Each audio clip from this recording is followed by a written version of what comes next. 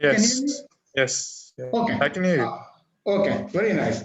Good evening, ladies and gentlemen, boys and girls. Welcome to the Winning Edge Talk Show. This is Vishwanath, your sports psychologist and counselor. And once again, I welcome you to all to the show.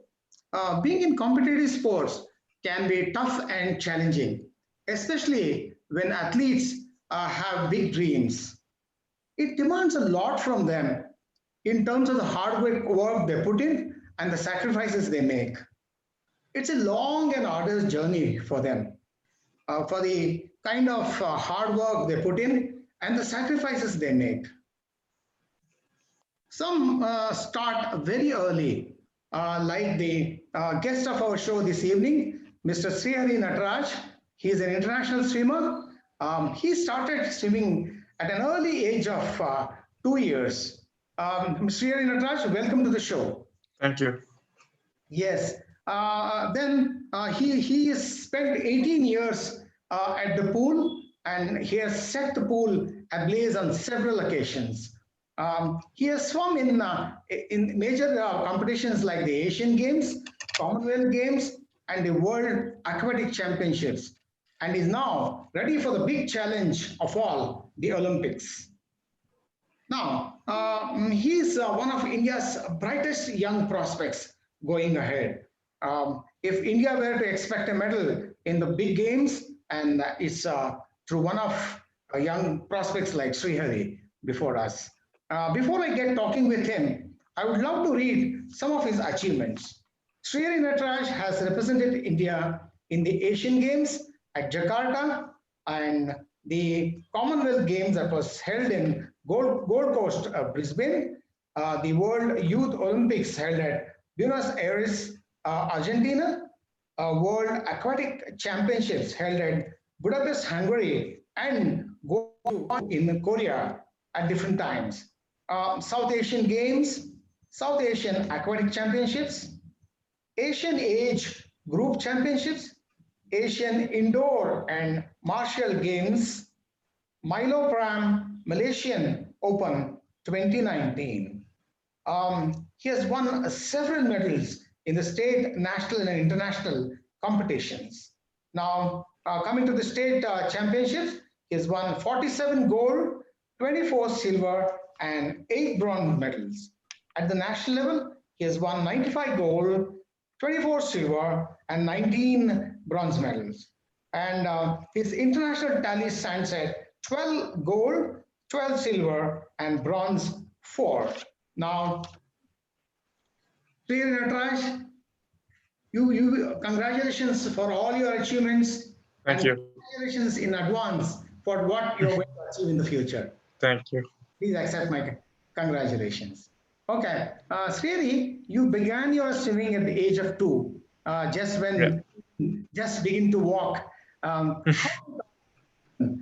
Usually, kids take to different sports before they settle to one. How was it for you? Yeah. So basically, I got into swimming because my brother used to swim. So my mom used to take me to the pool, and she just decided to put me in the water as well because I was a little naughty and mischievous. And like you said, it took me a while to, just get to one sport. I've grown up playing multiple sports. I come from a family of cricketers. Three of my uncles played Ranji. My dad played for the university. My cousin played for the India team with Dravid and Kumble and all of them. So I was supposed to play cricket, but swimming is where I am now. So I've grown up playing a lot of sports, even in school. Oh, cricket's loss is swimming's gain. There are so many great cricketers, but very few in swimming like you. Okay. Now, when did you first take part in competition and how was it for the first time? Yeah, my first competition was when I was 4 years old. I don't really remember much. I mean, I remember I was very excited, that I know for sure because I've been told, but I don't remember much from 2005. Great. I'm sure you'll agree with me that without support, you wouldn't have made it this big. Tell us how the support you received from your parents, your school, your club, the association, and most of all, from your sponsors. Yeah, so my parents have supported me very well throughout my career, and my brother as well. School, was very supportive. They gave me my permission to skip class for training and rest and for traveling for tournaments and things like that. The association and federation of both the state and the national associations are very, very, very supportive, very helpful, and they're trying a lot to, get us all the facilities, the support, the infrastructure that we need to reach the next level. And I'm also lucky enough to, be inducted into the top scheme for my as a sponsor, and Puma and Fashion Up as well. So that has also been a major boost in my career. Wonderful. The in the Olympic qualifying going towards the Tokyo Olympics that's just going to happen, you already qualified for the B grade, Yeah, whatever you call it, and big great. Yeah. maybe you are up for another one. What are your chances of qualification? I mean, I'm still going for the A qualifying time. Actually, that's not even the goal. My goal is beyond that. So hopefully it happens within the next 2-3 months. Okay, let's all Yeah. hope so. Okay, great. In the last version of Asian Games and Commonwealth Games, you represented India but came back home empty handed, unfortunately. With both Hmm. these games happening in 2022, you must be very hopeful of a medal. How's your preparation towards these games? Yeah, so I'm actually that's the big focus at the moment. Multiple medals at the Asian Games, hopefully a medal at the Commonwealth Games is what I'm training for, what I'm looking at, and hopefully things go according to plan. Fantastic. Karnataka has traditionally done well in swimming. How much has this atmosphere helped you in your progress? Yeah, Karnataka's always had a very strong team, a lot of good swimmers. So I think psychologically, it's there in our head that we have a good base in swimming, and that we're supposed to do well, and we're supposed to hold that reputation, and so that was there when going up, and now it's up to us to make sure that we continue doing well. Fantastic. Keep soaring high. Okay. Thanks. Yeah, honestly, you'll agree with me that India is far behind as far as international qualifying marks and timings are concerned with swimming. What are the reasons? Is it about our physique, nutrition, the facilities, the support we get, the exposure we get? What does it take to win an Olympic medal? Is it that our bodies are not good enough at the international level? I mean, we can't pinpoint at one factor. It is true that we haven't had the best facilities, the best nutrition, or the best support, but things are changing. I'm lucky enough to, be in the top scheme, so I have access to the best facilities in the country.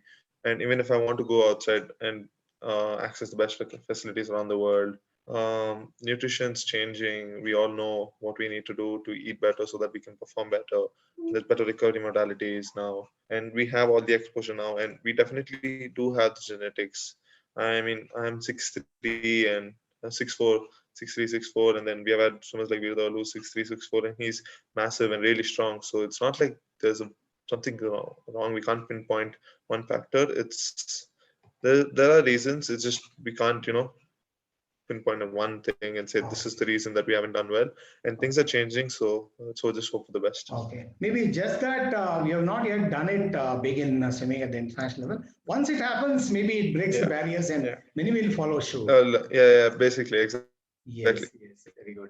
Just like Maybe, badminton. yeah. So your hope is that we can be really self-reliant and we can make it big at the highest level in world Definitely, class. definitely, Fantastic. definitely. Okay. Yes, you have broken many records really. And the 50-meter backstroke, 100-meter backstroke, and 200-meter backstroke records stand in your name. Tell us more about this. What's this Yeah. So transition to backstroke? Yeah. Okay. so I actually wasn't a backstroker when I was young. I didn't like backstroke, but I got my first national gold, and national, it was also a national record in the 50-meter backstroke when I was 10 years old.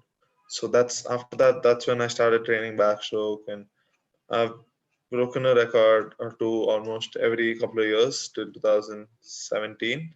And 2017 was the first year where I broke a Indian national record, not an age group record or a meet record, like a proper Indian national record. 2017 was the first time I broke an Indian national record, and that was in the 200 backstroke. And after that, within a year, I got all three national records, and I've held them since. And yeah, that's about it. Great. Hope many more records will tumble out of the cupboard and many records will be broken. Okay, great for you. Okay, then can you tell us what it's a normal day for Sri Nataraj when you are in Bangalore and when you are away in competition? How is your training, the routines, the recovery, and the relaxation like uh, normally? Yeah, so in Bangalore, when I'm training for a meet or something like that, I train for 2 hours in the morning, 6:30 to 8:30, 9 sometimes, and then breakfast, and then gym a little later, lunch, rest, and then another 2 hours in the pool from maybe 4 to 6, and then dinner and sleep. And in between, try to get in whatever recovery that we can, stretching. And sometimes when we have no gym but only one session, I mean, no gym but only swim some days. And sometimes you have one gym, one swim, and off in the evening. So that's when I go to the physio, get a release or something like that. So that's basically my routine here. So 6 days a week, 10 swimming sessions, 4 gym sessions, so Uh, 3 gym sessions. okay. Yes. Tell us about your most memorable moments in your career this far. I can't really, pinpoint one. Maybe probably the first time I broke a national record, either when I was 10 or the one that I broke in 2017. Both were really memorable. Superb, superb. Okay. You are one of the top swimmers in the country. There's a lot of expectation placed on you every time you enter the pool. How do you handle this pressure and the weight of expectations? Have you been trained by coaches in this regard? No, I've usually, at least for the past few years, I uh, realized that I don't take pressure, or maybe even if there is pressure, I thrive on it. It's something that doesn't bother me or affect me because I'm a very confident person naturally.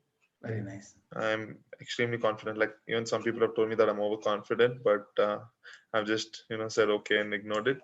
So I don't really take pressure that much. Yes, there is expectations, but I also put expectation on myself every time I race, so it doesn't really affect me at all. Okay, we say no, you have to take pressure and expectation as a challenge and a privilege and honor Mm, because you're representing for yourself and the country. yeah, So use that energy in a yeah, positive way. yeah, And let it translate into good yeah, performance. yeah. Okay, very nice. Good for you. Okay, fantastic. Then, how important is mind in swimming? They say at the highest level it is 90% mind. Have you experienced this yourself? Oh yes, definitely. So one thing that we worked on, not with a psychologist or a mind trainer, just with the coach, swim coach, and the gym coach, is what I've also realized, what I've learned from so many years, is just a tiny change in the mindset can change the performance, even if you've trained the best way that we have trained really well, or even if you haven't trained. So, like I said, I'm very confident, but that confidence comes from training. It's a way I train in the pool.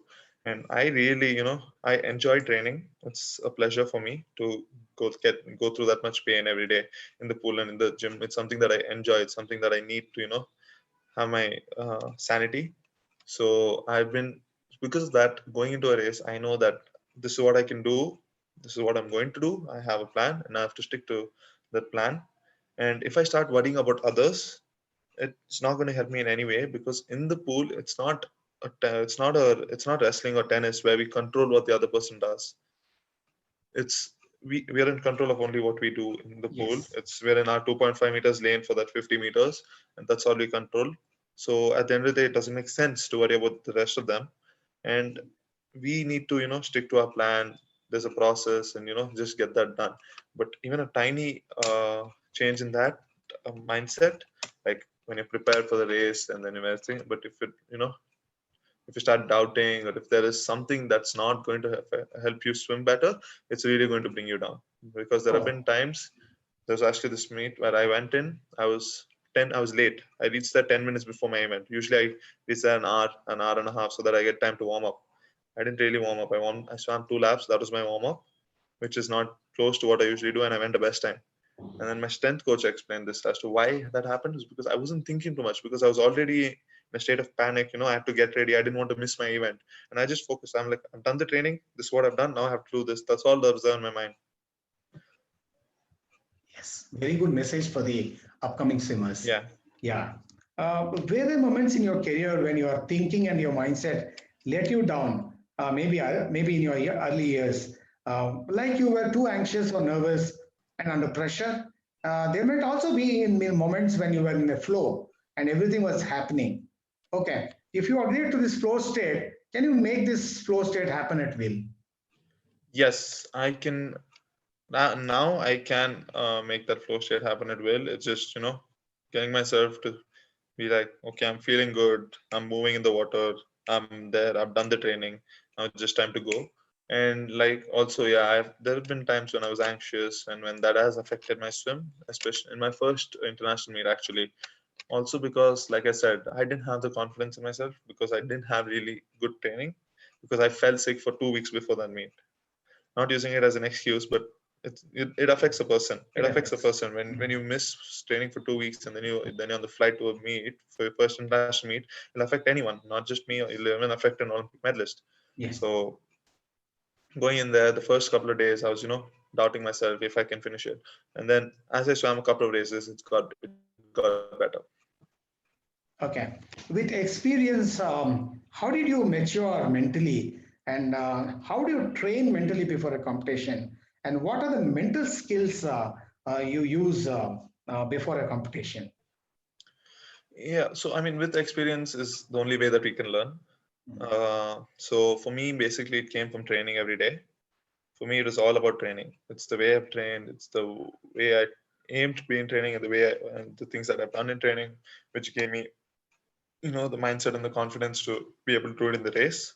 And then again, my strength coach would always talk to me about it. My coach in the pool would talk to me about it. He would talk about focus and how sticking to the plan and things like that.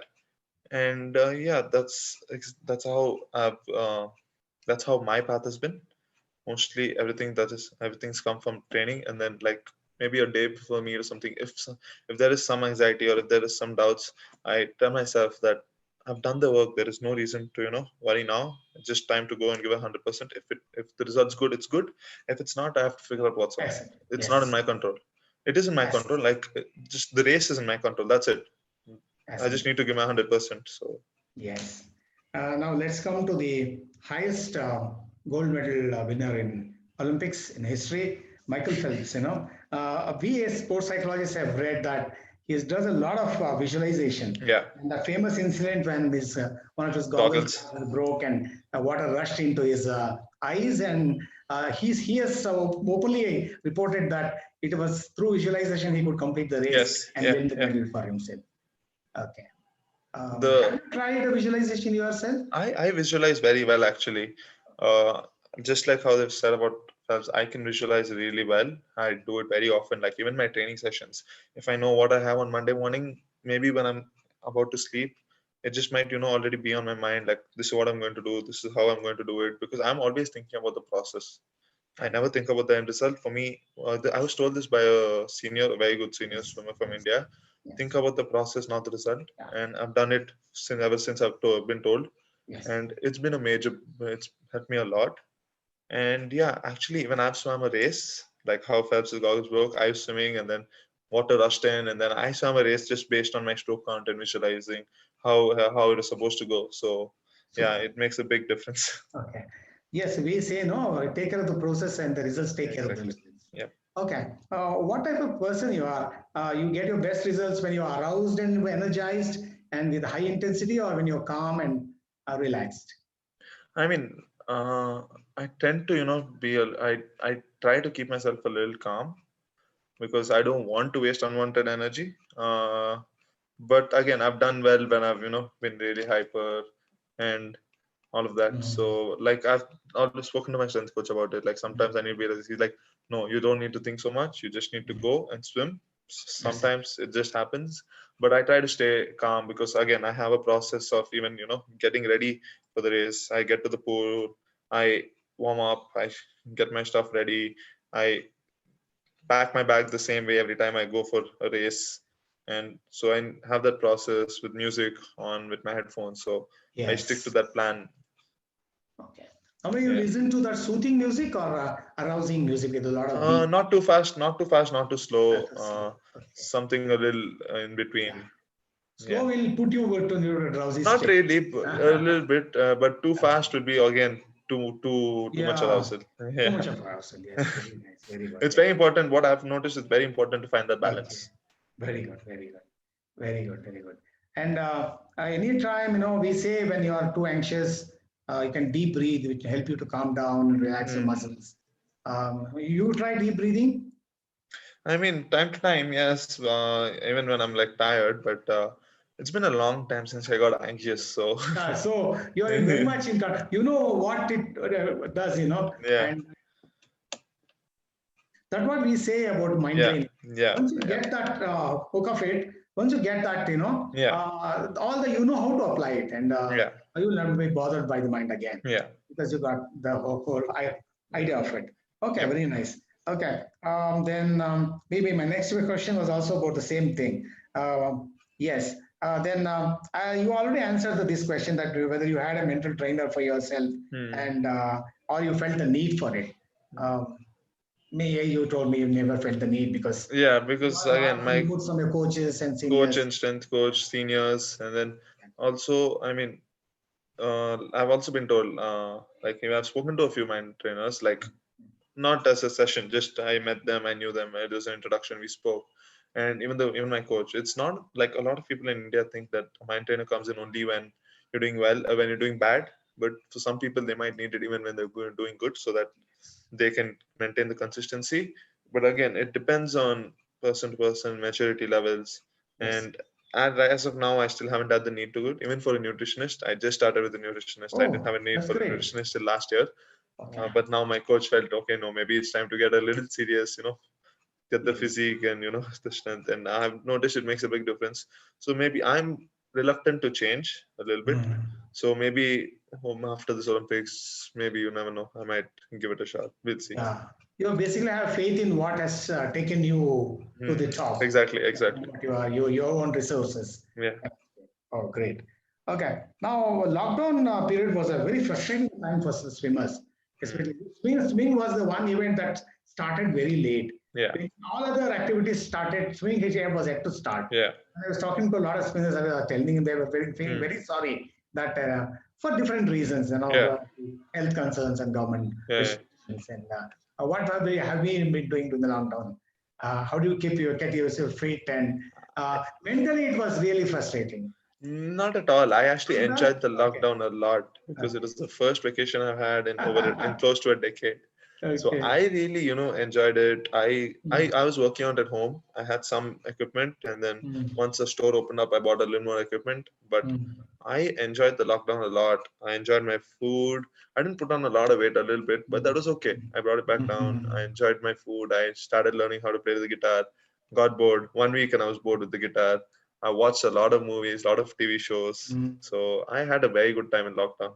Good relaxing time, yes, Yeah, very good it was. because because doing the same thing without monotonous, without the relaxation and enjoyment, entertainment No, also, I kind of feel, yeah. I mean, the Olympics would have happened. I probably would have, got the qualifying. I probably would have swam the Olympics, but I Mm, kind of feel I needed that break because I was just, mm, training and training all the way from, especially from mm, 2015 all the way till 19. mm, I didn't have a week off. The mm, only time I had a week off was during my board exams when again I felt mm. sick. So Okay, I couldn't even study. So there was no ways I could go to the pool. okay. So that was the only time I had a week off. Mm. What are you doing with your academics really? What qualification you're Uh, pursuing? I'm right now in my second year BA, economics, psychology, and sociology. From Jen, Jain College. yeah. Okay. So you have been reading a lot about psychology and the psyche and the mind. Not exactly, Psychology. not exactly. Okay. Like I've told a few of my other juniors. Uh, Most of the things that I know is just from experience. Yes. I don't. I haven't gone to the internet and read about psychology or Yes. Yes. nutrition. It's mostly about nutrition, also a little bit.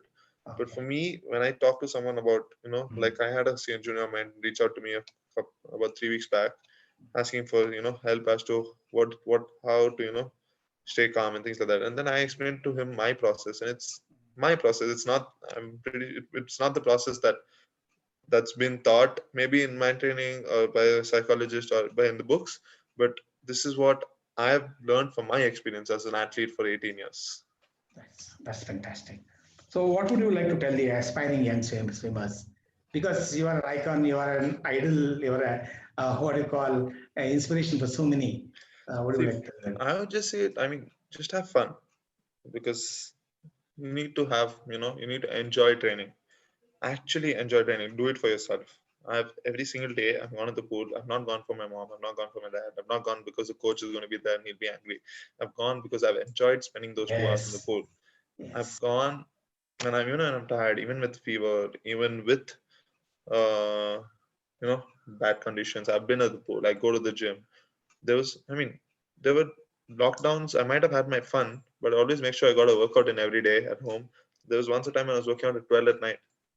So that's what we call as intrinsic motivation. The motivation that comes from within. So you yeah, don't have anybody pushing you all the time. yeah, and So it's when not you do even, it for your, yeah, it's by just yourself. happiness. It's just something that I enjoy doing.